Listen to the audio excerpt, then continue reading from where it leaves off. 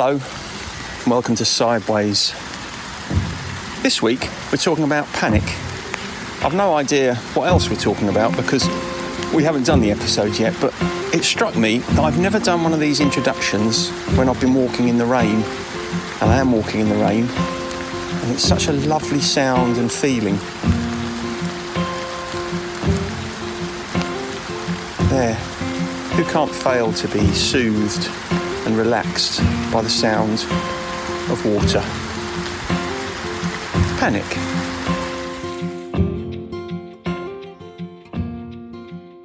Hello. Oh yeah, how you doing, mate? I'm all right. How are you? I forgot about this. Sorry? I forgot about this. What about recording? Yeah. Are you getting a bit panicky about it? Oh, segue? Already? No, I was just thinking, I'd go and make a cup of tea and watch Pointless. Yeah. And I get a message from you saying, when do you want to record? I thought, God, I got that sort of sinking feeling in the pit of my stomach. I'm glad you're enthusiastic about it anyway. Anyway, have you remembered to turn on your microphone this week, you plonker? Yeah, well, I've reconfigured it, so that shouldn't happen again. So I've got, because I used to have to take it out to put the printer in, but I've rewired it all, so it should all be okay now, mate. You've rewired it all. You're actually trying to make that sound posher than it is, aren't you? Oh yeah, no, it's a very simple thing. I was just being silly beforehand, where I wasn't really utilising all the USB ports properly, but now I am. Good. I'm pleased to hear you're utilising your USB ports. Let's face it, we all need to be doing that, don't we? We do, in the modern day. Yeah. It's a sort of a celebration of it. This is the end of season 5 for us. This is episode 26. So this is 2.5 years completed. Are we having a break? Got too many things on my list to record in for future episodes. So I thought perhaps we'd have a holiday for the Queen's Jubilee. It's the end of the football season. We could have coincided it with that, couldn't we? you know our rules about bringing up football. That's it. That's all I'm going to say on the matter. Yeah, it has broader appeal to celebrate the Queen's Jubilee. It does really, doesn't it? Yeah, I think we've got extra bank holiday, haven't we, or an extra holiday? Yeah, I always get confused with bank holidays. I forget that they're bank holidays and I put clients in. Yeah. Yeah, I know there's some street parties being organised for it all, but I'm not really involved on any level. We've got one along here. It's a bloody nuisance. We've got to move our cars. Have you? Well, it's a small price to pay. We're just celebrating the a lovely monarch's reign on the throne for all those years. I can celebrate the monarch's reign on the throne for all those years, but I don't have to do it sitting at a trestle table eating cake. No, but you can mix with your fellow man. I don't want to. You know how I feel about my fellow man. You're in a proper grumpy mood today. Honestly, it's better when we record these Sunday mornings when you're a bit more positive. It is because I've had a day of it. We'll press through like a proper pro. All right, yeah, I will do. Yeah, but just before we start though, because I'm doing panic attacks, which is panic attacks. Is that what you're doing? Panic attacks or panic? Yeah. Panic attacks, okay. Well, panic attacks, really, because which is a leap panic attacks. Where's the emphasis? Panic attacks or panic attacks? Panic attacks. Yeah, on the first word, I think, isn't it? I think it is panic attacks. Yeah. Should we go with that? Yeah, rather than panic attacks. Yeah. My daughter always has a go at me when I get the inflection wrong. Does she? Yeah, so if I say the corner shop, she gets angry. She says, no, it's the corner shop.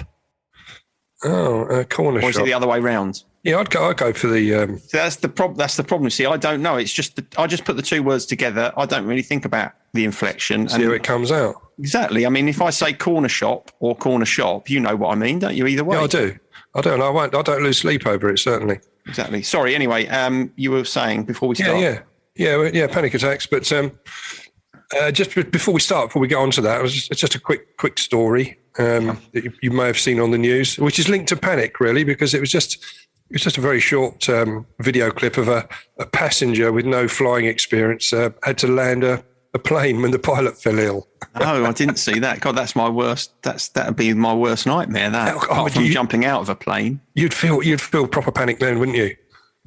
Well, it's interesting. I expect we're going to come on to this because the reality is probably whilst you were doing it, you wouldn't feel any panic. Probably, yeah, exactly. Well, yes, we are going to be touching on that, but that particular incident happened in Florida, which was the same place as the alligator went into someone's house recently. So it's dangerous in Florida, isn't it?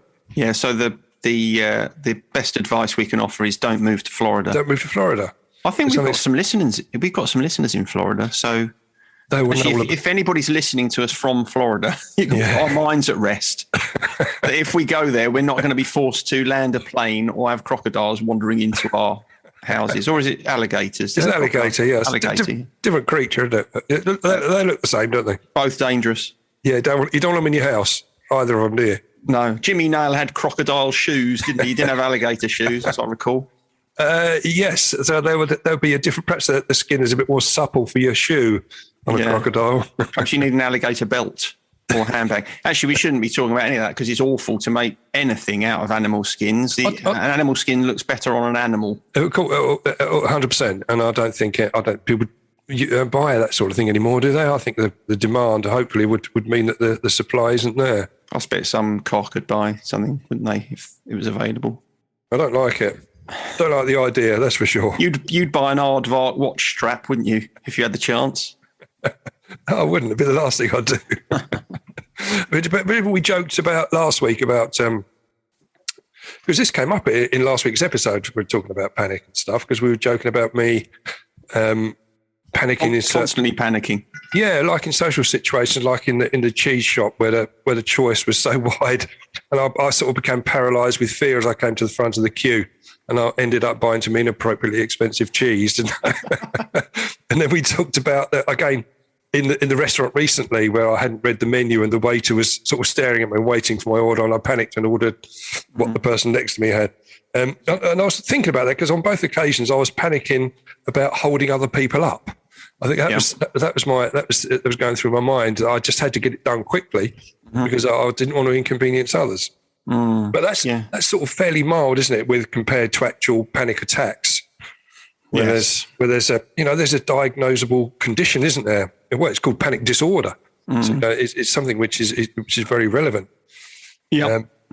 And as I say, it does crop up quite regularly in groups where people have had panic attacks. And I'll go on to that later on in the episode about the link. But it comes up a lot. So it's worthwhile us just having a chat about this, because I wanted to just go through the definition and the symptoms. And I wanted to lean on you a bit more heavily towards the end here when we're looking at ways of combating and treating it. Because psychotherapy and CBT seem to come up in the research to the fore. So I hope you're sort of ready for that, even though you'd forgotten all about doing it. Well, in the land of the blind, the one-eyed man is king, isn't he? So unless we've got any psychotherapists listening, it doesn't really matter what I say. You're going to get away with it. I'm probably going to get away with it, aren't I? Well, I hope someone is there and pulls you up on it. That sorts you right out. That's all right. It's a broad church. I'll just say, well, we all have different feelings about these things. Sure. Yeah. Nicely. But you're moving away from the camera there. I'm sure you can still hear me. I was just opening the window. It's getting a bit stuffy in here. All right. Just the definition then. I mean, about panic attacks. We're looking at panic attacks at the moment, just rather than just panic. But it's defined as a sudden episode of intense fear that triggers severe physical reactions, even when there is no real danger or apparent cause, and that's quite critical here as well. Often there isn't. Yeah, it seems to be, because they can be very frightening, can't they? They are, very, very frightening. So when you had a panic attack, they're so frightening that when you next feel slightly anxious, you kind of create a panic attack in yourself because you're panicking about the thought of having a panic attack. And that's mentioned in my notes there as to, although they can be very frightening, you've got to remember that they're not life-threatening, but they feel like they are at the time, don't they? Because it feels like you're sort of, I've had them. I remember once very specific one, which I'll come on to. It feels like you're sort of losing control, having a heart attack, and or even this fear of dying. You think you're on your way out, and I think most people have. Most people I've spoken to about this seem to pinpoint times in their lives where they perhaps have had one of these, or maybe two. But it is when they're recurrent, unexpected panic attacks and. Over perhaps longer periods as well, they keep occurring. But it is that fear that crops up a lot as well. The fear of having another one, because it's such an unpleasant experience. You fear the next one is on its way, and you try and avoid certain situations. But I think if it does keep recurring, then you may well get a diagnosis of having this panic disorder. Yeah, I mean, part of the fear of it reoccurring is the thing that can make it reoccur. Because the thing about panic and anxiety, I know we've spoken about this before with anxiety, but we imagine something, particularly like a panic attack, that it is something that sort of falls upon us from somewhere else. But of course, it can't be, can it? It's something we're creating in ourselves. Yeah, that sense of panic that is looming up from somewhere deep within. It is, but I know that people that do suffer from a regular reoccurrence, they'll tell us that it affects the quality of their life.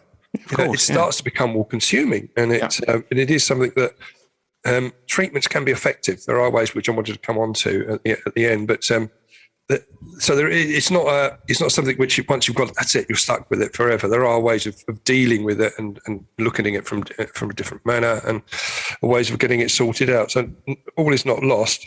But when I was looking back and thinking about people that have been spoken to me about their panic, or people I've known in the past, and I've recognised they've had panic attacks. I remember a girl that I knew, she had one while she was in the car driving. Mm-hmm. Which she didn't expect to come along, but it was that severe. She had to pull over, and luckily there was a passenger with her that could take over the driving duties and drive her off home. And I don't know if you've ever had that situation or been in the situation, because I know back in the corporate world, I remember someone having one in a business meeting. Mm-hmm. Where all us reps were put together. We were going to the. It was an event where they were talking about targets and this sort of thing, and the guy had this complete sort of meltdown, as it were, and it turned out that was diagnosed as a panic attack. Never had one before, and I don't think he had one after. But it came on really suddenly. And I remember from my own point of view, I had one when it was just after I'd separated from my wife, so my emotions were all over the show anyway, and I was booked up to go on holiday, just taking my children, and I had these panic attacks. I had 2 or 3 fairly close together. And, the doctor said to me, you're going to have to not go on this holiday. It's coming up. So I managed to cancel it and get the insurance paid out. But it was horrible. And luckily, I haven't had anything approaching that since. But I remember at the time thinking, this is horrible.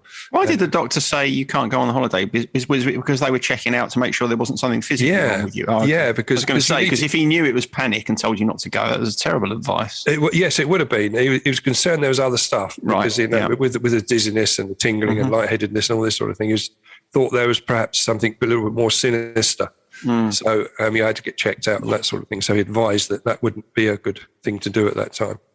I'm working with someone at the moment, actually, who one of the places that she historically has had panic attacks is in the car. And obviously that is terrifying because as you said earlier, nobody ever dies from a panic attack. But what you start telling yourselves is, I might not die from the panic attack, but if I have a panic attack in a situation like driving when I'm on a motorway, then I might kill myself. Yeah. And then, of course, what does that do? That makes your preponderance toward anxiety and panic even greater. So, and there've been several times when someone's had a panic attack in my clinic room when we've been in the middle of a session. Yeah. Are they panicking about what you're going to likely bring up? No, I don't think so. I mean, it's like you were saying earlier. Often they'll just they'll overcome someone, and that person will just you can see someone change in front of your eyes. Yeah. And they don't know where it's come from. It might have been something that's been said that's triggered something in them unconsciously, but often it just comes out of nowhere. That's what makes panic so terrifying. Yeah. And or if you're in a cheese shop, that's the other place it can happen. You're trying to get your hands on some camembert and you end up buying some strange smelling Norwegian beaver cheese. Exactly. And that was exactly what happened. But I didn't see it as a panic attack particularly. It would have approached one if it had been any worse. Yeah, no, it wasn't a panic attack. It was very funny, but it wasn't a panic attack. No, it wasn't. But when they do strike, I mean, it's the symptoms, which I wanted to just look at in case anyone's interested in the symptoms. But I remember from my own point of view, I felt very fatigued afterwards as well. Mm-hmm. And, but the ones I had, they only lasted, a few minutes and subsided. But I remember feeling quite exhausted afterwards, and it was horrible. I don't know if you've had one or been in a position where you felt that. I don't think I have. I can't. If I have, I can't remember having one. But yeah, the thing, the reason that another reason that they're so debilitating is because they strike. They have a behavioural impact, they have a physical impact, and they have an emotional impact. Yeah. So the physical impact will create that sense of exhaustion anyway. You'll be kind of emotionally exhausted as well as being kind of physically exhausted. Yeah. Yeah, but quite. And some of the symptoms, which again, some I can relate to. So on the research I was doing, things like the pounding heart rate, which I remember, because you literally think like you're having a heart attack, which I know people have rung, for an ambulance at that point. And what do you think it does to your panic when you think you're having a heart attack? It's going to raise it, isn't it? Exactly. That's it. It's like if you say, oh, I'm having a heart attack, then your panic is only going one way. Then it just becomes, you start throwing fuel on the fire. I'm not suggesting that anyone, when they feel like that, can say, oh, no, it's okay, this is a panic attack. But, that's why they become so, so powerful so quickly. They do. And I think other symptoms seem to be, and again, I can sort of relate to sort of sweating and trembling and shaking. Yeah. But it was the shortness of the breath. I remember that as well. And that sort of tightness in the throat, which is just horrible. Mm-hmm. And when it comes on suddenly without warning, especially the first one you have, you think, my God, what is this? So it is nasty. And it is that the lightheadedness and the faintness that I found horrible to deal with as well. And there's sort of a tingling sensations and the numbness, which the doctor was quite concerned about, so I had to have tests. And that's what was diagnosed. But I remember also, and I've talked to other people about this, is this feeling of detachment, away from the reality of what's going on. Mm-hmm. It's a real weird feeling. And again, when you're in the research, looking at the causes, it's not really known why that is. They've looked at genetic links, and they've looked at links to the major stresses and. Or people that have that temperament where, they tend to be more sensitive to stress or prone to negative emotions. Tends to be panic attacks can stem from that. Or if they've got a history of trauma or childhood abuse, that seems to come up a lot when you look at the research as well. They can all play a role, but they can't pin anything down particularly, or the medical profession can't at the moment to say, this is when it's going to happen, or this is why it happens. It's just really dealing with the fallout. Exactly. That's one of the reasons why they're so difficult, because you can't see them coming, don't know where they've come from. And if you can't see them coming, don't know where they've come from, that's going to raise your anxiety about them happening again. Yeah, it is. Which increases their likelihood. Yeah. I mean, I wanted to come on to the treatments. Just before I wanted to get to that point, I wanted to look at things we've got to be aware of if you don't get it treated, if you just let it carry on and don't do anything about it. Because it can lead to development of phobias, like fear of driving, as we talked about there, which is very relevant, or agoraphobia as well. If you're leaving home in case you have a panic attack, you prefer to have one in the comfort of your own home, and so people become very agoraphobic if they don't deal with it. Another things that they can lead to is mental disorders like depression, or other psychiatric disorders like suicidal thoughts.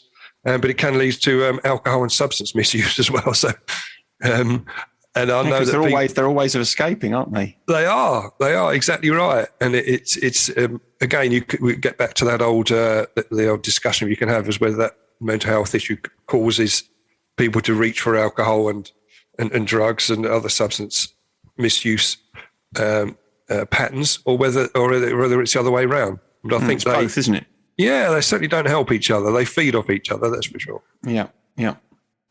So what do we do about that? We know what the symptoms are now. We know what happens if we don't treat it. But again, when I looked at the research, the treatment, because it's not an exact science, they're talking about obviously the GP can help. Some medications can be effective. But it seemed to be that the number one go-to was, get yourself a good psychotherapist and some CBT help. Yeah, I think therapy is a great place to start with panic attacks for obvious reasons. Yeah, CBT is a good approach because it is dealing with, very much with the behaviour, unless there is a kind of clear and obvious reason why you're having panic attacks. But as we've said before, often that they've come out of nowhere, they've appeared from nowhere. So it does become more a case of creating strategies to avoid your thinking getting out of control and worsening them. So the other thing that's you can be really useful with panic attacks, and that's hypnotherapy. And so if I came along to you, obviously you'd turn me away because you know me better. I'm full. If someone, all right, if person A came along to you and said, "Look, I keep having these panic attacks. What can I do? What strategies what should I be doing to overcome these?" What would you say to those people?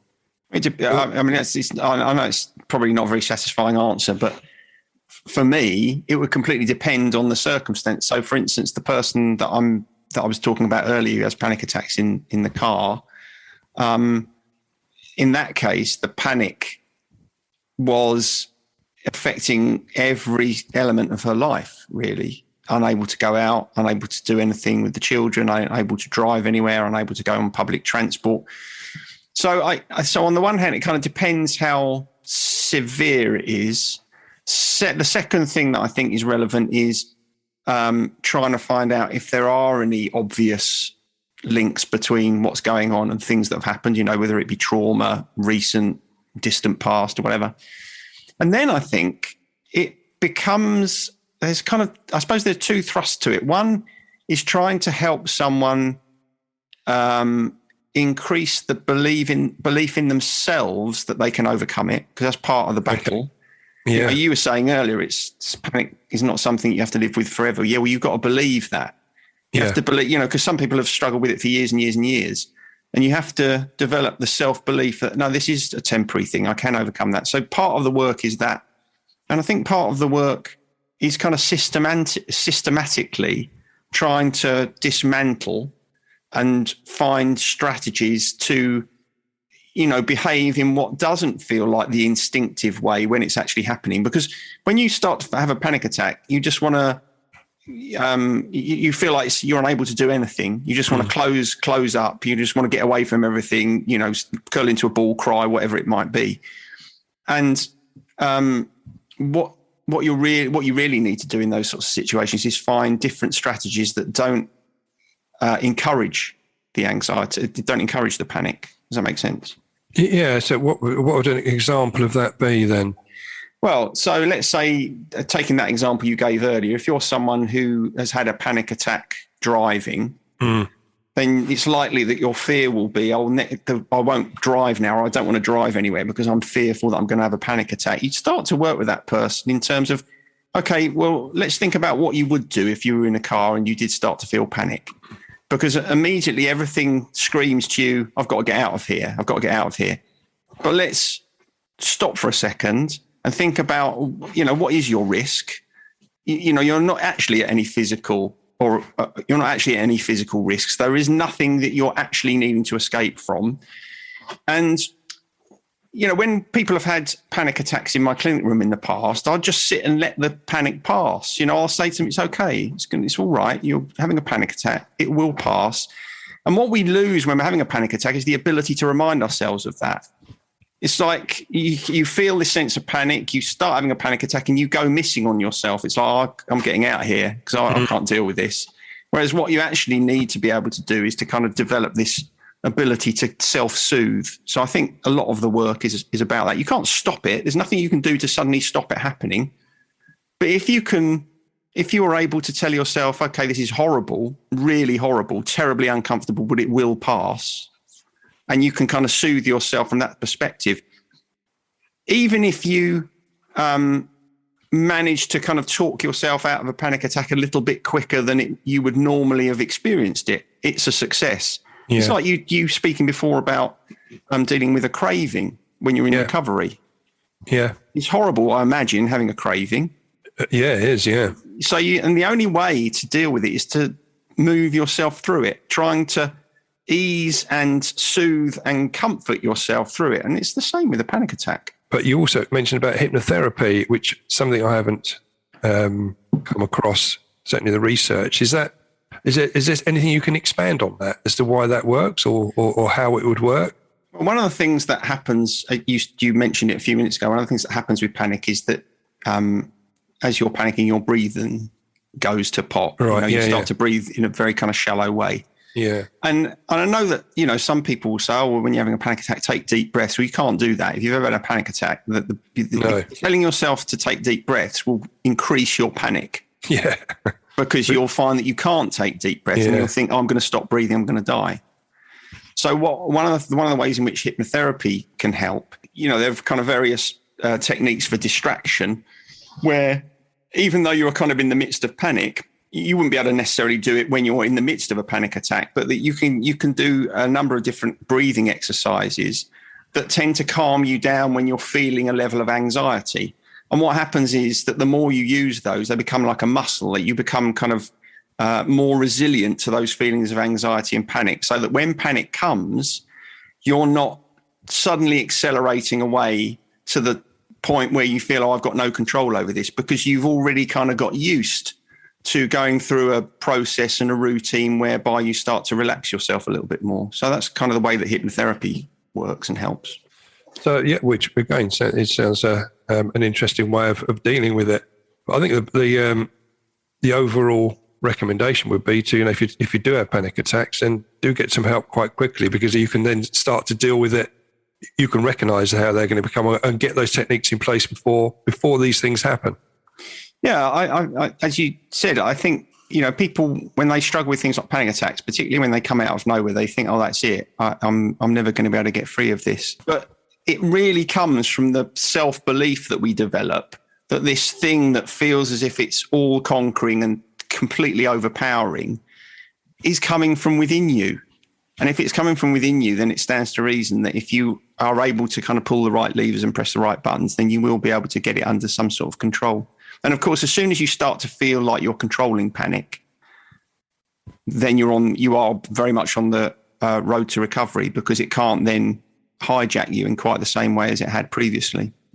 Good. In fact, there's a hypnotherapeutic technique. I've not used it very much. I have used it, but not very often, that actually convinces you to be able to bring on a panic attack. Because if you can bring a panic attack upon yourself, then it stands to reason that you can then choose not to. Oh, I see. Okay. So part of the reason that hypnotherapy is quite helpful with panic is because it's kind of all rooted in unconscious thought, isn't it? We don't know where they come from. So by definition, it's unconscious. Good info. There you go. So even in your time of feeling a bit tired on a Monday eve, you can still pull stuff out of the bag. Yeah, got to, haven't you? So I appreciate it. It's a pleasure. In fact, I'm grateful for it. Nice. Oh, God, I haven't thought of anything. See where I was going there? Yeah, I've just realised I haven't thought of anything I'm grateful for. Well, I'm going to be grateful that I'll start then, shall I? Give you a chance to think. Yeah. I'm grateful for the we had a sober trip with the Aspire to Be recovery community crew down to Sandgate on Sunday, and a walk along to Folkestone where the weather was glorious. So I was very grateful for that. I was very grateful for everyone got down safely, had a safe trip and got home safely again. And everyone seemed to have a really good time. So there's really grateful for that. It all went off without hitch, because although I'd sort of organised it, I still felt I had the feeling perhaps things could go wrong, but nothing did. And so did you feel a great sense of responsibility? Yeah, I was starting to panic. No, but it was. Yeah, I did feel a bit responsible, but it was a very simple thing. There's not much could go wrong, really. Just really meeting up, going for a walk, having some fish and chips and coming home. I know, but it's a bit like having a party, isn't it? When you have a party, you think, oh, I wonder if everyone's going to come. I wonder if they're going to have a good time. Exactly. I wonder if I'll get the cigarette burns out of my carpet. That sort of stuff. Yes. Well, no one misbehaved. Everyone was responsible and everyone had a good time. So I'm very grateful for that. Did you have cod and chips? I had a battered sausage, actually, whilst you're asking. That's disgraceful. You can't go to a fish and chip shop on the coast of the United Kingdom and not have fish, can you? It's outrageous.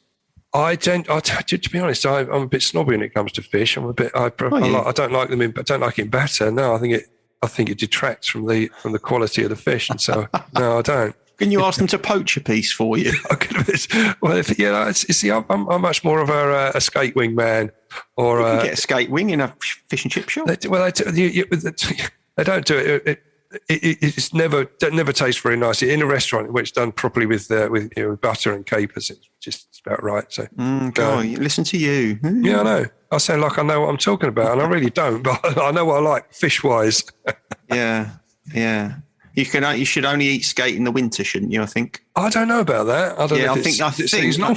Well, I think you should only have skate if there's an R in the month. So don't be eating it in May. Okay. Or June. Or July. Okay. Well, August. I just whenever I go to a restaurant that's on the menu, I have it. It's my go-to if it's available because I don't have it any other time. So I'm pretty sure it isn't. It's not at its best. Certainly not fresh in the summer months. Okay. So there's a little bit of free advice for you. Thanks, mate. Yeah, no, I've been. I might be completely wrong about that. You probably are, but it was a good story. You convinced me. I'm all right. Yeah, well, there you go. You see, that's the power of hypnotherapy. You did it to me over there. I can see. Look into my eyes, not around the eyes. There's a bit of that going on virtually. So what about yourself then? Have you thought of anything which is... Yeah, I thought, well, I need to tap into something here, see what I can find. And the thing that came up for me was patience.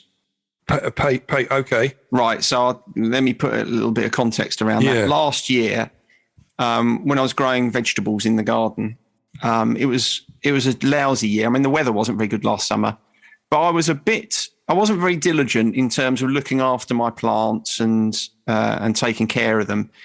Because that does take a lot of patience. You know, if you want to grow stuff in your garden, you have to show a bit of patience, waiting for the things to come up, waiting for them to kind of grow and pot them on and all the rest of it. And historically, I've not been very good at that. And so this year, I sort of said to myself, right, if you're going to grow stuff, you're going to have to show a little bit of patience. And so far, I've managed to do that. So I'm quite grateful for finding that in myself, even to the extent that in the mornings, I'll go out with my little enamel mug and I'll fill it up with slugs and snails and put them in the garden waste bin. Do you? Yeah, because they're little buggers for eating my vegetables and I don't like it. So you're really properly looking after them this time. You've got the patience to do that on a daily basis. Exactly. It takes a bit of effort, but patience feels like a good thing to be grateful for because we all need it in different ways at different times, don't we? We do. We do. As Gary Barlow said, didn't he? He did say, was the song actually called Patience? It was called Patience. Was that Gary Barlow or was that Take That? I'm not sure. Probably one of his solo ones, but I'm... Because I know you love Take That, don't you? Not really, but some of this I like. One or two. That's probably out. I could put that in the bands that I like, but never bought into their stuff. Take That? Yeah, well, I don't actually like them that much. They're okay. Yeah. But yes, so Spotify search, what I wanted to put in there, which was the group called Rip, Rig and Panic. Okay. I'll put them on there because they did a track on the Young Ones many years ago called You're My Kind of Climate. And I loved it at the time and I loved it now. It's the first time I come across Nana Cherry because she was obviously in Rip, Rig and Panic. That was, yes. Anyway, so, the last bit really is that the bands that we like but we've never purchased any of their material. Have you thought of one this week? Yeah, I'm going to go with Take That. Okay. Sort of, you've sort of used that right now. Yeah. Well, tell you why I've used it because, I mean, I perhaps it's slightly disingenuous. I'm not sure I would buy Take That album. But he does write a good tune, Barlow. He does, yeah. He does, yeah. So I've got sneaking respect. I think if you sort of lined up all the Take That tracks that I'd heard over the years, I'd probably be able to make easily an album's worth. So that we're not allowed a greatest hits, but no. Yeah, I think that's a reasonable selection for me. Thought up on the spot. On the hoof. Thanks for that. Thanks for tipping me that one. I tip you, so I can't use that now. No, I know. I've got Supergrass down anyway. I thought you were going to say Supertramp. That would never be on my list. Supergrass, yeah, I don't. Yeah, no. What was that really famous one they had? All Right. Oh, I can't stand that. My God. Pumping on your stereo. No, it is All Right, isn't it? It's just odd, really, because as far as I'm concerned, it completely isn't all right. I think it's more than an all right track. It's a great track. It's one of those songs that makes me want to punch something when I hear it. Does it? Okay. Well, I'll have to remember not to be playing that when I'm in your company. In fact, that might be a feature we could introduce at some point. Songs that make you want to be violent when you hear them. I'm not keen on that idea. Because the other one that springs to mind is What's that awful Wet, Wet, Wet song? I feel it in my fingers. I feel it in my toes. Oh yeah. My God. Yeah. Well, that was number one for about 3 years, wasn't it? It was awful. It was number one for 3 years too long, let me tell you.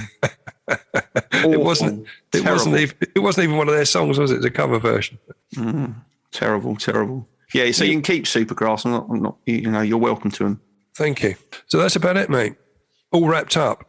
Good. That was effective, wasn't it? It was. Well, yeah. Well, for a Monday night, we're fatigued after being at work all day, but managed to pull out the last one of season 5. Yeah, so we should have some sort of celebration, shouldn't we? Season 6 starts next week. Shouldn't we have a rap party? We'll have a pitch invasion.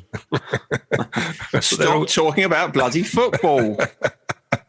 That's it. The season's over. Right. All right. See you later.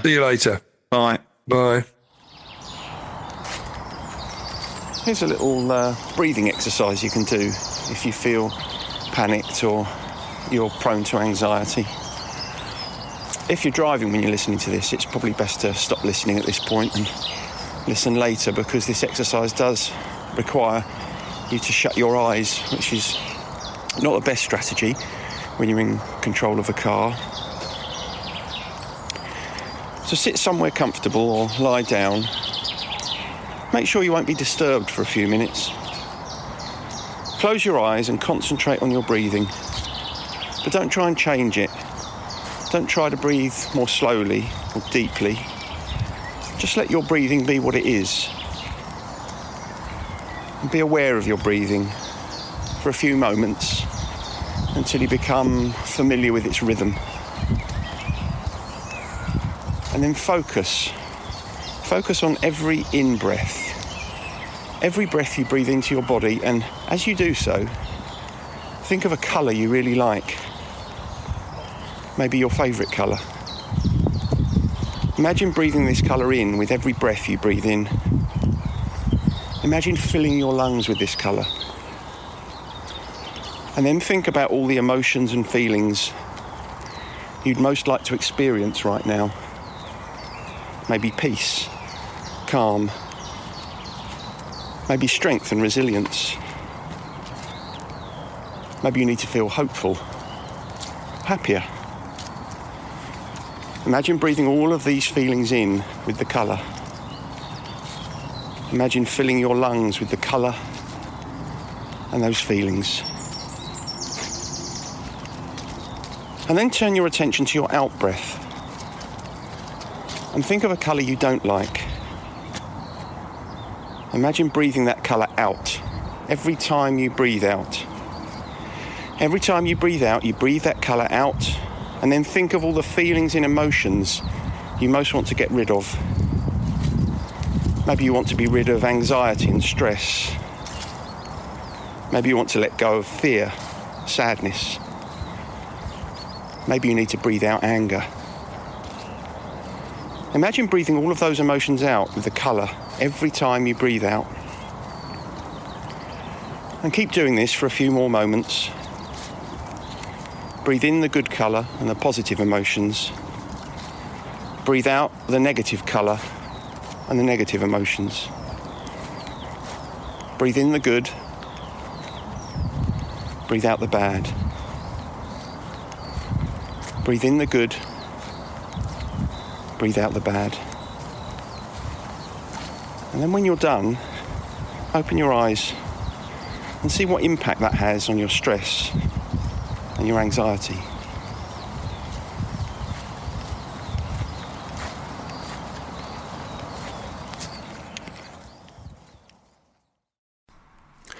Sideways was created by Graham Landy and Martin Pankhurst.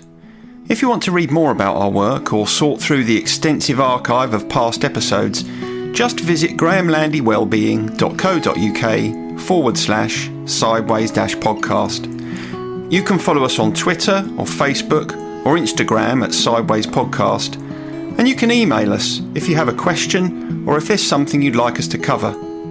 But most of all, we want to tell you how grateful we are that you come and listen, and we ask that if you've enjoyed what you've heard, that you spread the word. And we'll see you next week.